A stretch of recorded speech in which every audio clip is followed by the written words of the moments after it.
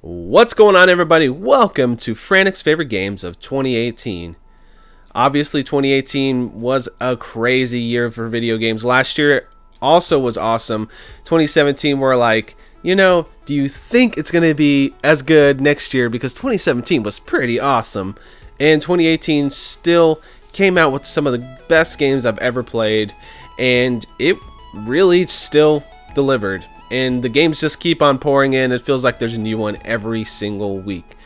So the way I'm going to do this is I'm going to start off with some honorable mentions here. We're just going to kind of go over some games that either I didn't have enough time for, or I kind of feel like it didn't quite fit the top 10 list.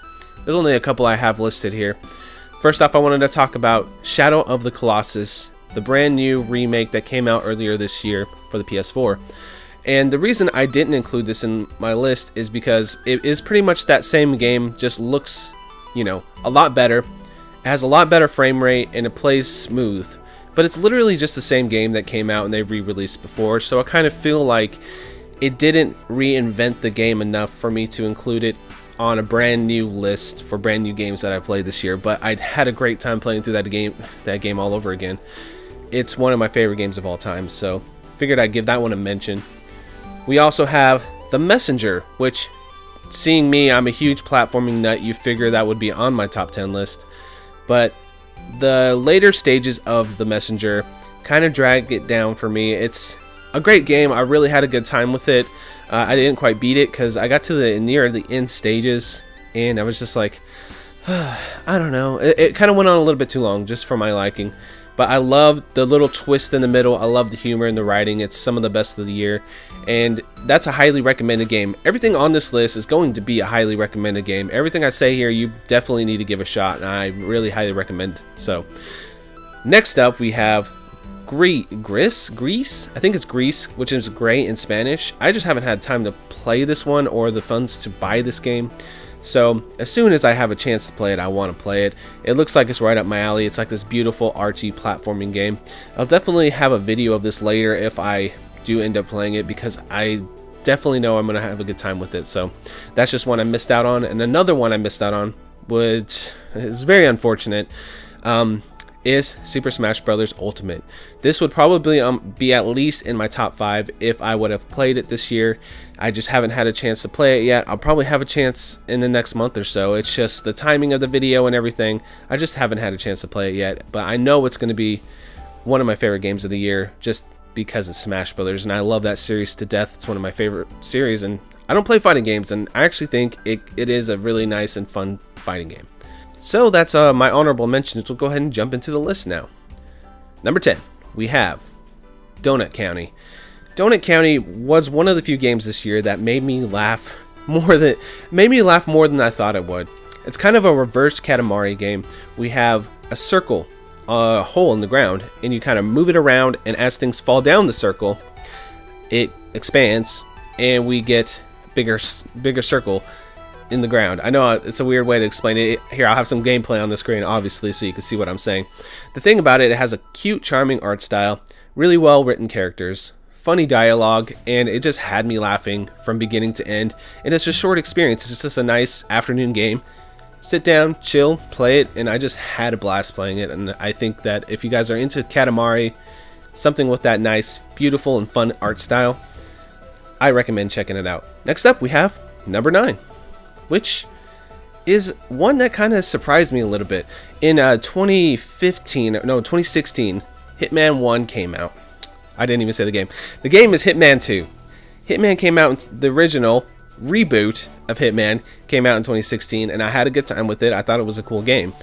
And I ended up picking up Hitman 2 for a good discount a couple months ago when it first came out. I guess it's only been a little over a month. And I just love this game. It's one of the most intricate and detailed stealth games I've ever played in my entire life. Everything is very thought out. The world and the maps are so massive. There's so many things to do, so many things to discover, so many fun and ridiculous ways to kill people. I know that sounds really morbid, but the fun in just wacky ways, it has this weird tone about it, right? Basically, we have Agent 47, and he has this like tone about him where he's super serious. He'll get like in a mascot costume of a flamingo and then kill somebody with a can of beans and be super serious about it, and it's just stupid, but in the best possible way, and I love it to death. It's such a fun game. It's a really good time. At number 8, we got Dead Cells, which this game surprised me quite a bit. I downloaded it on Steam and I played it on PC because I was streaming it. I ended up streaming it for a couple hours for the first time I played it, and I kind of got into it, got into the rhythm of it, and after a while, man, I got really hooked on this game. And the thing about this particular game, or these style of games, it's a roguelike, so you're going to be redoing everything over and over and over again. So this is the top part of the repetition that really kind of grinds my gears, kind of gets me going. I don't love this style of game, but how fluid it was, how fun it was to upgrade your character, discover new powers, discover new weapons. It's just a really good Metroidvania game, and it's a roguelike. And usually I'll be like, roguelikes, meh, pass. But this one really grabbed my attention this year, and I still go back and do runs here and there. I don't know if I'm ever going to beat this game, obviously, because of the run-like nature of it, the roguelike nature of it. But I do enjoy playing it, and it's a very fun game. Tight controls. It's an awesome game. And number 7, this is kind of defeats the purpose of my honorable mention where I'm like, oh, Shadow of the Colossus.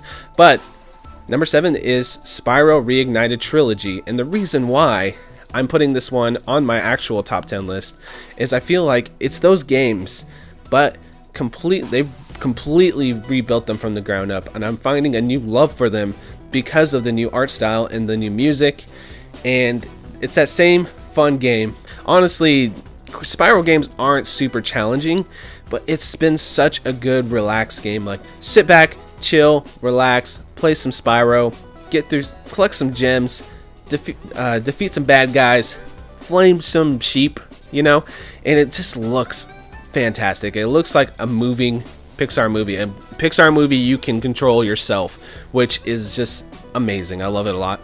Highly recommended if you have kids, or if you just love that nostalgic platformer, if you have that itch for that nostalgic platformer, definitely check out Spyro Reignited Trilogy. Number 6 is a little weird too, but let me explain. We have Life is Strange Season 2 Episode 1. This game is just the first episode of an entire season. That's the only episode that came out this year, but it's like 2 to 3 hours. It might even be 4. It's a decent length, and it's about these two brothers have tragedy happen to them, which I won't spoil the story here, but it is very captivating, and it shows a lot about family and hope and loss, and I bawled my eyes out. I'm not gonna lie. It's really captivating. The voice acting is super stellar. I loved all of the voice acting in the game, and you really feel for these characters. And if you haven't played it, I really recommend checking out Life is Strange Season 2 Episode 1. I think the second episode comes out in January, and I just cannot wait for it. It's heartbreaking and wonderful all at the same time. So before we continue this countdown, I want to do something a little silly here. I want to do a quick in memoriam of all the games that are going to my backlog this year.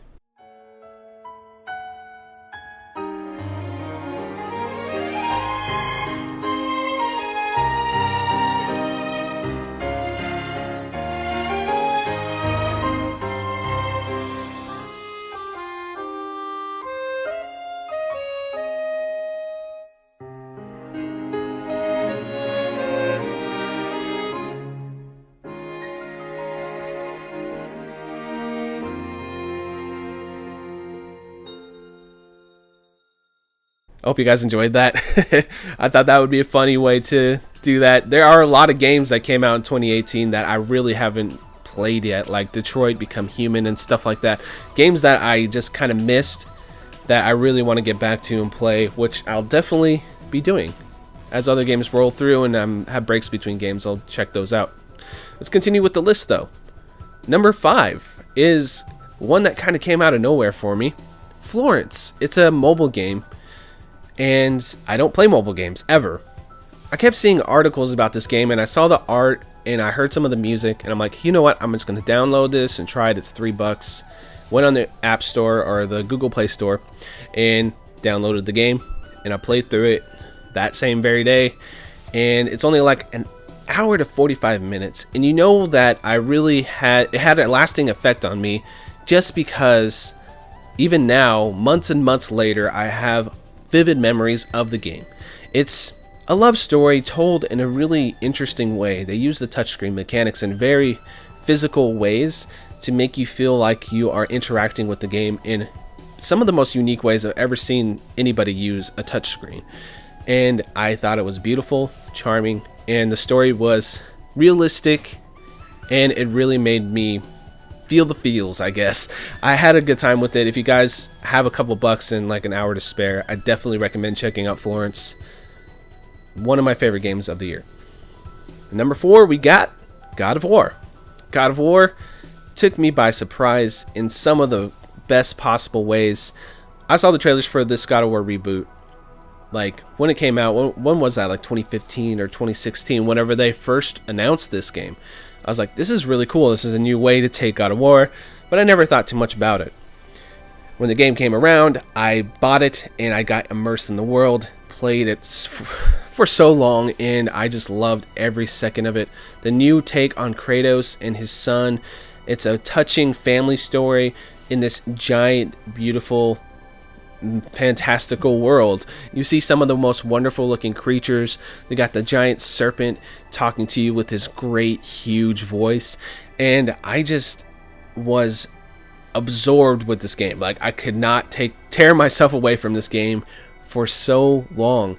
And just the acting, the voice acting, the facial capture, the gameplay was so good too.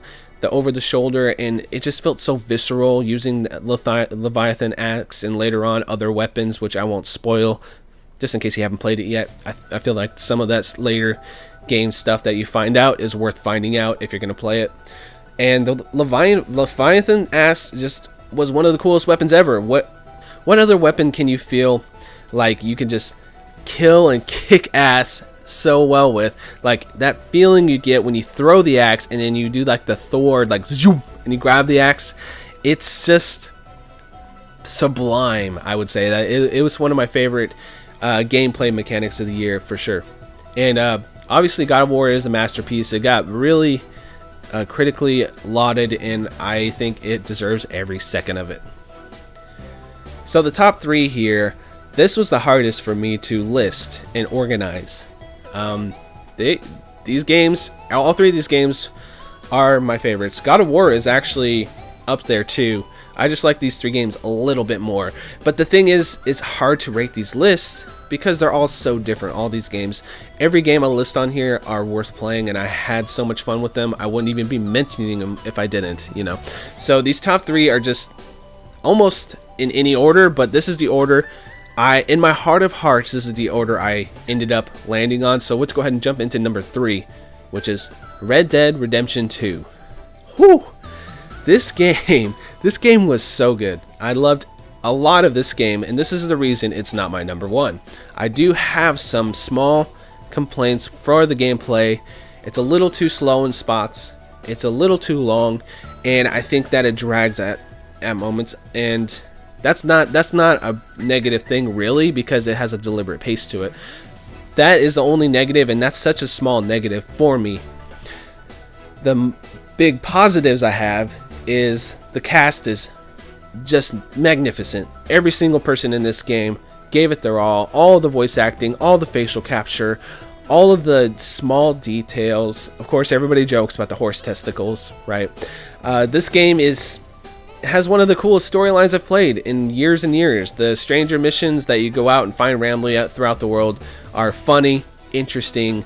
They aren't just tacked on. There's a lot of depth in everything you do in this game. There's hunting, there's fishing, it's just a lot. You can upgrade your horse, upgrade your guy. If you have to eat, you have to sleep, and you can shave your face, and it's just a lot. There's a lot to this game. It's such a big game, and I could talk ages about how much I love it. I've talked about it a lot on different podcasts and stuff like that, but Red Dead Redemption 2 is another one of those must-play, generation-defining games that it's crazy that all these great games came out this year, but man, Red Dead Redemption 2 is just phenomenal.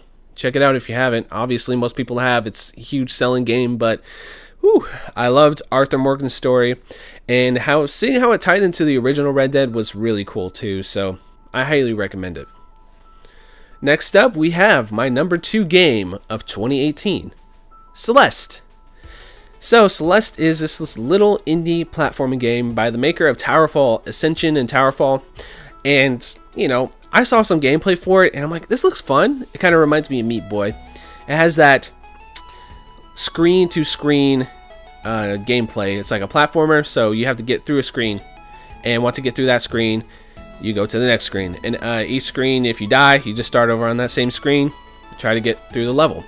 But the thing about this game that kind of takes it to another level, besides the fact that it has some of the best feeling 2D platforming games, this is going to be like an all-time classic 2D platformer. Like, people are going to look back on this game. It's going to be a turning point for a lot of people making stories fit into a 2D platformer. Because the entire story of Celeste is about this character who's trying to overcome these obstacles in her life, trying to overcome her depression, her anxiety, and things like that. And it's kind of analogous to the storyline. Basically, as she is overcoming these obstacles, they get a little bit more and more intense. And as you play the game gets a little bit more and more intense. And everything has kind of a metaphor for it, and everything kind of fits together like that. And it's one of the most unique experiences I've ever had, feeling the storyline out as it gets worse for her, and she's going into this depression spiral a bit. It gets a little bit worse for you as you play the game, and it's crazy how the gameplay just reflects the story in such a positive way. And this game leaves a lasting impression on everybody who plays it, especially me. And seeing as this is an early 2018 game, I think it came out in February, and I'm still thinking about it, and I'm still going back to it constantly. This definitely had to be high on my list. And even if you're not like, honestly, they have assist mode in this game. If you're not a huge 2D platforming person and you're not very good at them, you can still play this game and enjoy the story. The story is worth seeing through. Celeste is going to be one of those games I just go back to constantly, play levels, and just have a good time with. It's just beautiful. Amazing music, wonderful story, and just all around a stellar video game. Next up is my game of the year for 2018.